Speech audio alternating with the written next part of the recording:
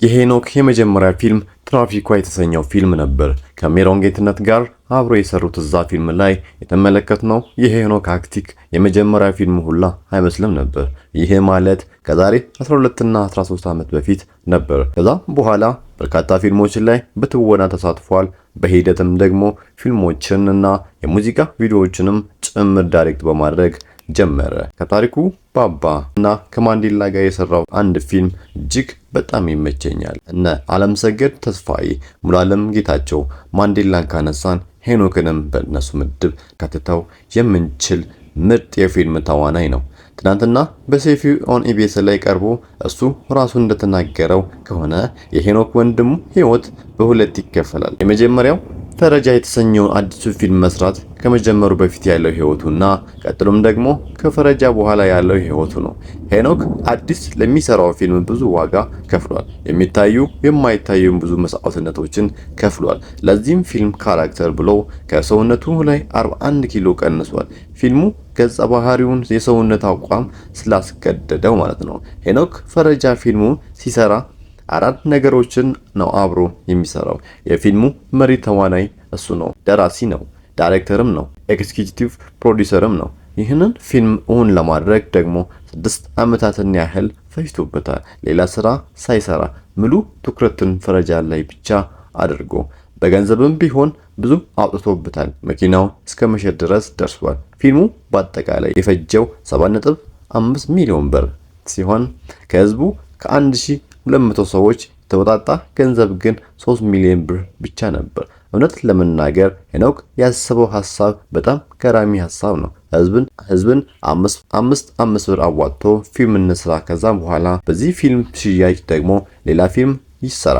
ህዝቡን ተቸግረው አንድ ጊዜ ብቻ ነው። ሁለተኛው ፊልም ከመጀመሪያው ገቢ የሚሰራ፣ ሶስተኛው ፊልም ደግሞ ከሁለተኛው ፊልም ገቢ፣ እንደዚህ ያልኩ 50 ፊልሞችን የመስራት እቅድ አለኝ ብሏል። ሄኖክ ያው ያመጣው ህዝብን 5 ብር አውጥቶ ፊልም መስራት የሚለው ሐሳብ በዓለም አቀፍ ደረጃ ክራውድ ፈንዲንግ የሚባልና ብዙ ትላልቅ ስራዎች የሚሰሩበት መንገድ ነው። በሀገራችን ይህንን ተጠቅሞ የፊልም ኢንዱስትሪውን ሰልፍ ሰስቴኒንግ ራስ በራስ የሚደግፍ ኢንዱስትሪ ለማድረግ ሐሳቡ ትልቅ አብዮት ነው። ይህ ሐሳብ ፊልምን ከባለ ሀብቶች ጥገኝነት አውጥቶ የህዝብን ንብረት የማድረግ ግሩም ሐሳብ ነው። ህዝቡ 5 ብር ሲያወጣ ዝም ብሎ ተመልካች ብቻ ሳይሆን የፊልሙ ባለቤትና ደጋፊ ይሆናል ማለት ነው። እኛ ሀገር ለአንድ የጥበብ ስራ 6 ዓመት ሙሉ ተግቶ መስራት እብደት ሊመስል ይችላል።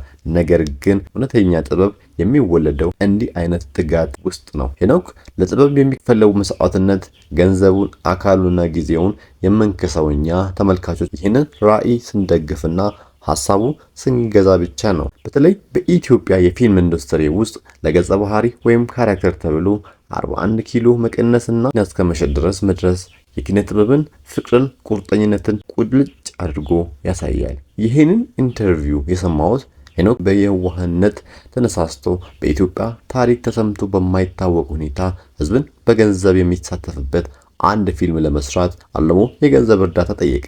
የጊዜው የኢትዮጵያ የኢኮኖሚ ሁኔታ የትናንቱን 100 ሺህ ብር ዛሬ የ100 ብር ያህል እንኳን ዋጋ እያሳጣ ቃል የሚያስጠብቅ ለእቅድ የማይመች ሆኖ ፈረጃ የተባለውን ፊልም ለማውጣት ከህዝብ የሰበሰበው 3 ሚሊዮን ብር 300 ሺህ ብር ያህል አስቆልቁሎበት ክፉኛ ተሰቃየ። ሄኖክ በቃል መጠየቁ ላይ በሰፊው እንደገለጸው በእጅጉ የተጎዳው የገንዘብ እጥረት ብቻ ሳይሆን የኛ የሰዎች ወይም የሀበሻ ኮሜንት ዘለፋና ስድብ ነበር። ገንዘብ ከለገሰው ይልቅ ዳር ቆሞ የተመለከተው ነበር በስድብ ሲያጥረገረገው የሰነበተው።